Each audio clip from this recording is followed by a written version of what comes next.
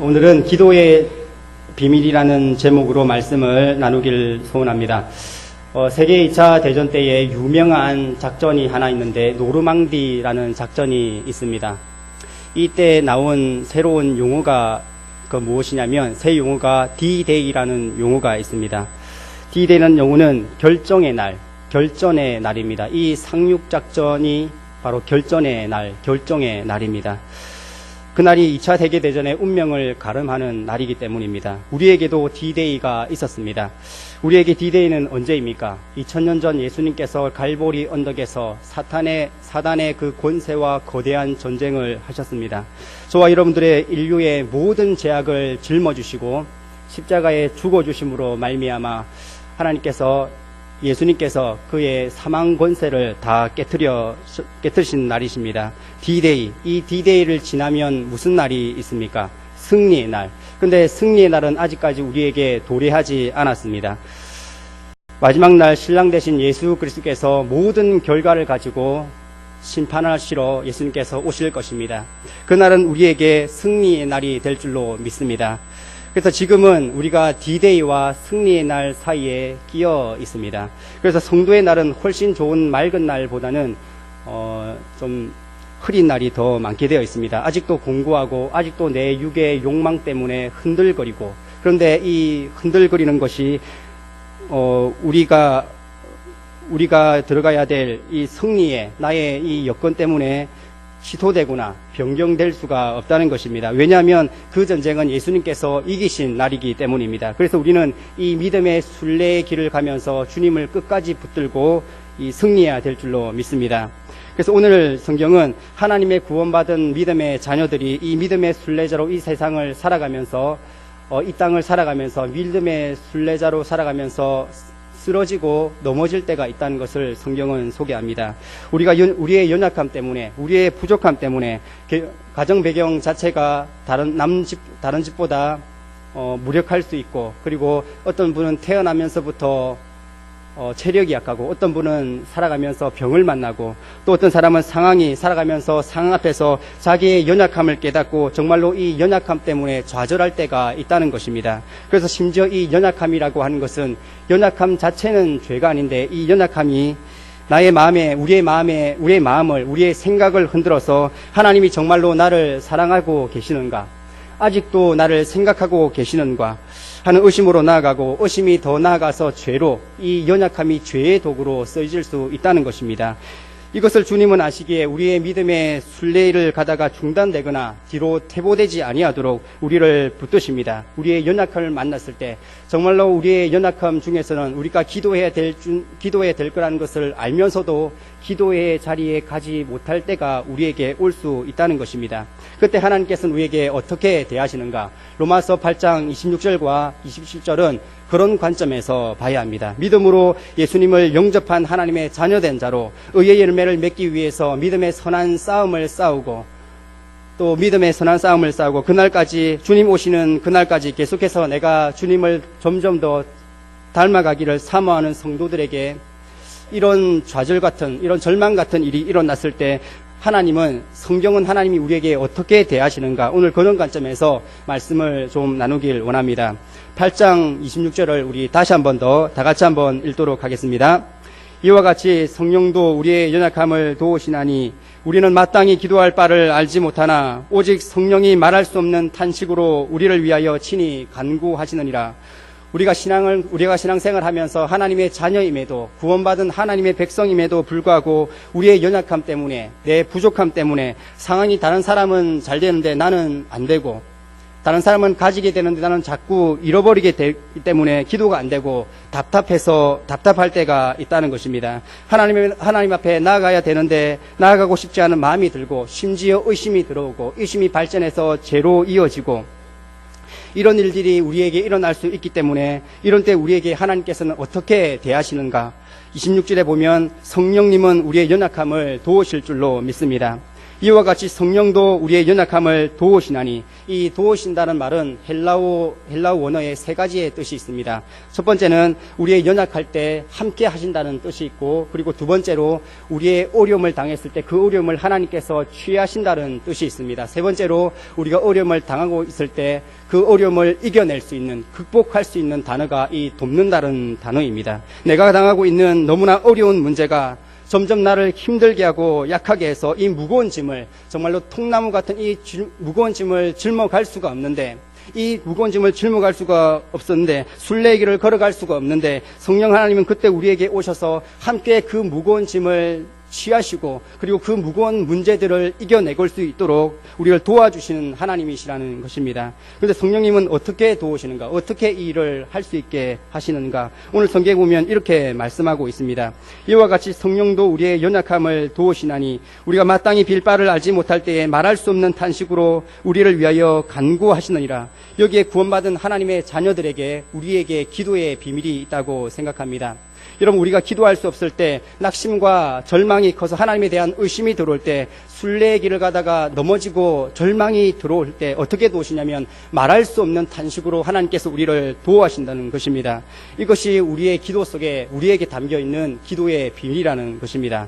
말할 수 없는 탄식, 이 말은 여러분 무슨 뜻일까요? 저희 첫째 아이가 첫걸음을 띄었을 때를 저는 기억합니다.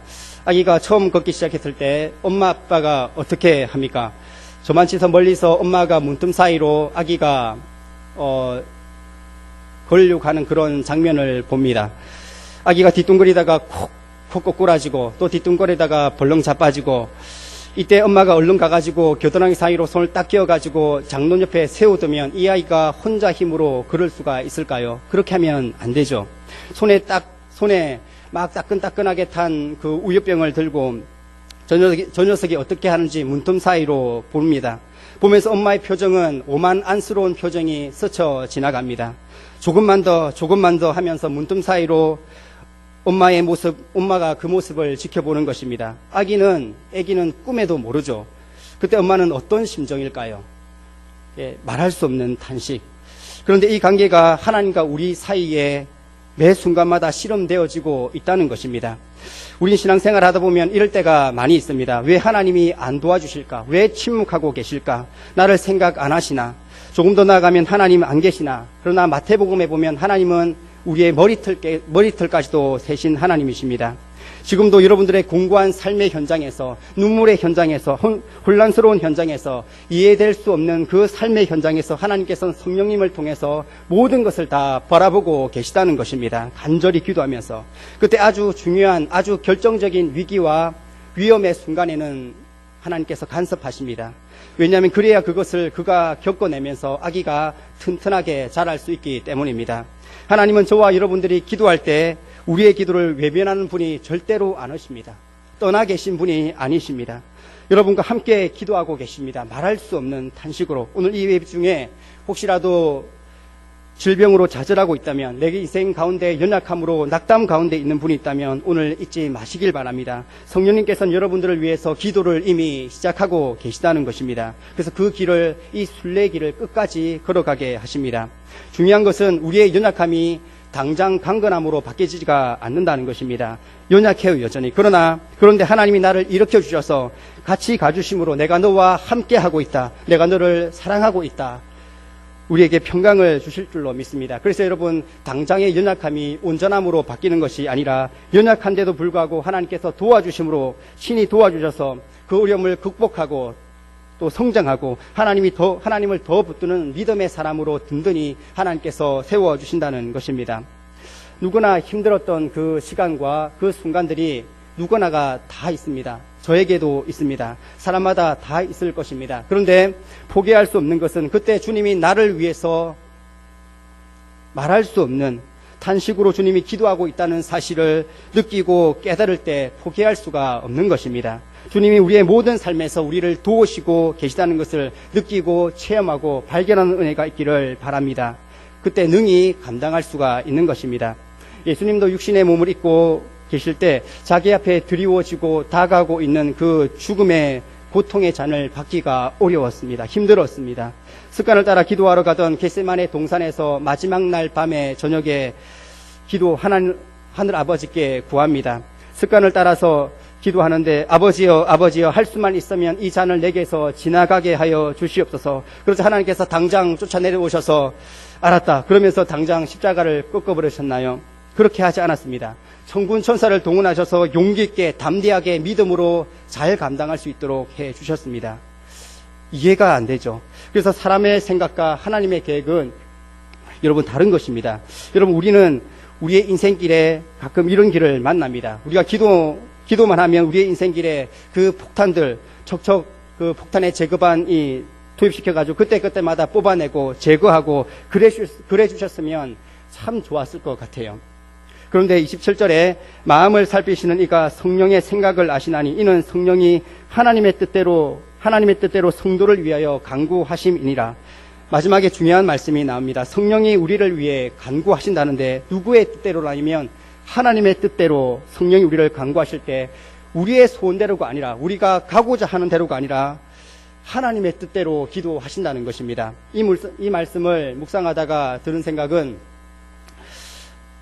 큰일 날 뻔했던 적이 정말 많았구나. 12번 더 많았구나. 내가 기도하고 내가 소원하고 내가 원하는 대로 다 척척척 그렇게 다 진행이 되었다면 이 자리에 있지도 못했을 것 같습니다. 저는 여러분 하나님이 여러분들이 구하는 대로 다 들으셨다면 여러분 12번도 더 우리는 다 망했을 것입니다. 그때마다 웅덩이를 파셔서 막으시고 문을 닫으셔서 막으시고 그렇게 우리를 제어하시고 막으셨기 때문에 우리가 이 복된 곳에서 복된 시간에 있을 수가 있는 것입니다.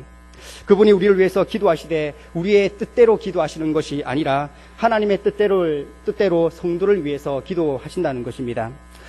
여러분의 삶을 통해서 하나님의 도움, 하나님의 뜻, 하나님의 계획, 하나님의 목적이 이루어지는 축복이 있기를 바랍니다. 성령이 하나님의 뜻대로 성도를 위하여 간구하심이니라. 여러분 절대로 하나님의 자녀들이 하나님의 자녀의 길을 가는데 좌절하고 절망하고 쓰러지고 정말 기도도 안 될 때 여러분 잊지 마시길 바랍니다. 성령님이 돕고 계십니다. 우리보다 우리를 위해서 먼저 기도하고 계십니다. 기도할 수 없기 때문에 우리를 위해서 먼저 기도하신다는 것입니다. 무엇이 여러분들을 낙심케 하고 있습니까? 무엇이 우리를 넘어뜨리려고 하고 있습니까? 무엇이 두렵습니까? 사랑하는 여러분, 성령님이 우리를 일으켜주고 있다는 사실을 믿으시기를 바랍니다. 저는 운전할 때에 길을 헤매는 편입니다. 많이 좀 헤매는 편입니다. 그래서 모르는 길을 쉽게 찾아갈 수 있는 방법이 있는데 자동차의 내비게이션이라는 그 장치만 달면 어떤 길이라도 갈 수가 있습니다. 처음 가는 길이라도 핸드폰에도 이것을 설치만 하면 GPS라는 것이 작동되어서 저의 위치가 다 확인이 됩니다. 그래서 어느 곳이든지 이 내비게이션만 있으면 갈 수가 있습니다. 그래서 처음 가는 길에 가장 중요한 것은 내비게이션입니다. 이것만 있으면 됩니다. 그렇다면 믿음의 순례의 길을 가는데 꼭 필요한 영적인 내비게이션은 뭘까요? 하나님은 그것을 우리에게 알려주시는 것입니다. 우리가 끝까지 믿음의 순례의 마지막 날 도착할 때까지 우리의 영적인 내비게이션이 기도라는 것을 하나님께서는 가르쳐 주신다는 것입니다. 여러분 낙심되는 일이 있을 때 정말 주님이 나에게 왜 이러십니까? 라고 원망하는 소리가 내 목까지 찼을 때 아니 다윗처럼 죄로 넘어진 사람이 있다 할지라도 쓰러진 적이 있다 할지라도 이제 그 자리에서 일어나서 성령님의 그 탄식 소리를 들으면서 나의 기도를 회복하고 나의 예배를 회복하고 나의 찬송을 회복하셔서 끝까지 믿음의 순례를 걸어가다가 천국에 들어가는 저와 여러분 되시기를 주님의 이름으로 간절히 소원합니다. 마지막 28절을 보겠습니다. 다 같이 우리 28절을 읽도록 하겠습니다. 우리가 알거니와 하나님을 사랑하는 자 곧 그의 뜻대로 부르심을 입은 자들에게는 모든 것이 합력하여 선을 이루느니라. 아멘. 여기서 합력하여 선을 이룬다는데 여러분 선이 뭘까요? 사도 바울이 빌립보에 도착해서 빌립보 교회를 개척하고 설립합니다. 그런데 이 교회는 처음에 루디아의 그 가정에서 시작을 합니다. 그렇게 교회가 잘 성장해 나갔습니다. 그런데 사람들이 많아지다 보니까 문제가 생기기 시작합니다. 바울을 반대하던 사람들이 일어나기 시작했습니다. 그것도 보통 반대가 아닙니다. 바울의 사도권이 가짜래, 예수님의 제자가 아니래, 별별 이야기가 다 돌아다닙니다. 어쩐지 설교가 이상하고 졸립고 딱딱하고 하품만 나오고 뭔 소린지 모르겠더라. 가짜였구나.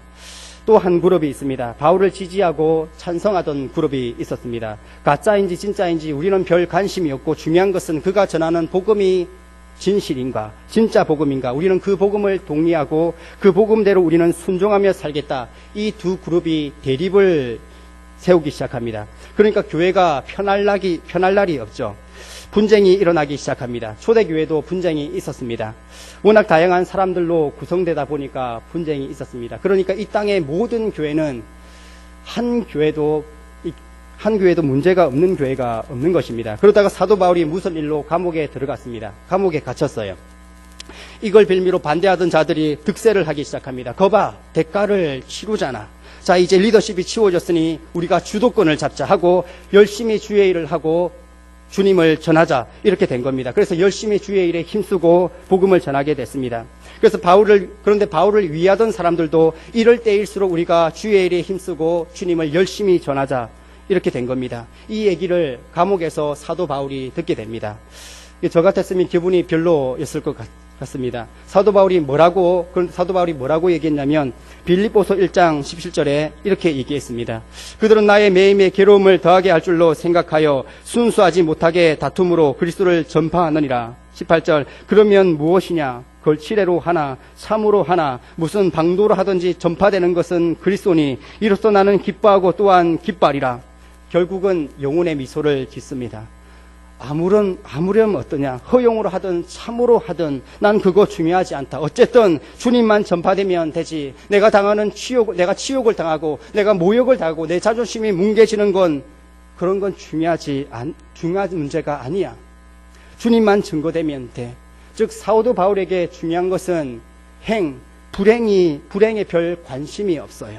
오직 그의 관심은 주님이 기뻐하시면 되는 거예요. 주님이 기뻐하시면. 이 고백을 우리에게 가능하게 되려면 우리가 어떻게 되어야 할까요? 한 가지입니다. 우리가 재물되면 되는 것입니다. 철저하게 재물이 되지 않으면 이것은 불가능한 고백입니다. 내가 죽어야 되는 것입니다. 기도는 내가 죽는 작업입니다. 재물의 가장 중요한 요건은 죽여서 드리는 것입니다. 몇 주 전에 노 회장 목사님께서 오셔서 배추가 사람 입에 맞는 영양분 있는 그런 음식이 되려면 7번인가 죽어야 된다고 합니다.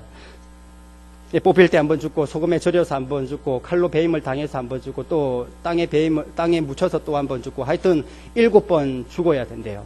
여러분, 사랑하는 여러분, 우리가 그리스도인이 된다는 게 무엇입니까? 나는 죽고 내 안에 예수님께서 사신다는 고백입니다. 오늘 예배 가운데 철저히 주님 앞에 제물되어서 나는 온데간도 없고 구속한 주님만 보이는 하나님의 선이 이루어지는 우리 교회와 여러분들이 되시기를 주님의 이름으로 간절히 소원합니다. 기도하겠습니다. 사랑하는 하나님, 감사합니다. 이 시간에 주님, 말할 수 없는 그런 아픔을 가지고 상처를 가지고 주님 앞에 온 성도가 있습니까? 하나님께서 말할 수 없는 탄식으로 날마다 그를 위해서 기도하시고 성령을 통해서 바라보시고 계신다는 것을 믿습니다.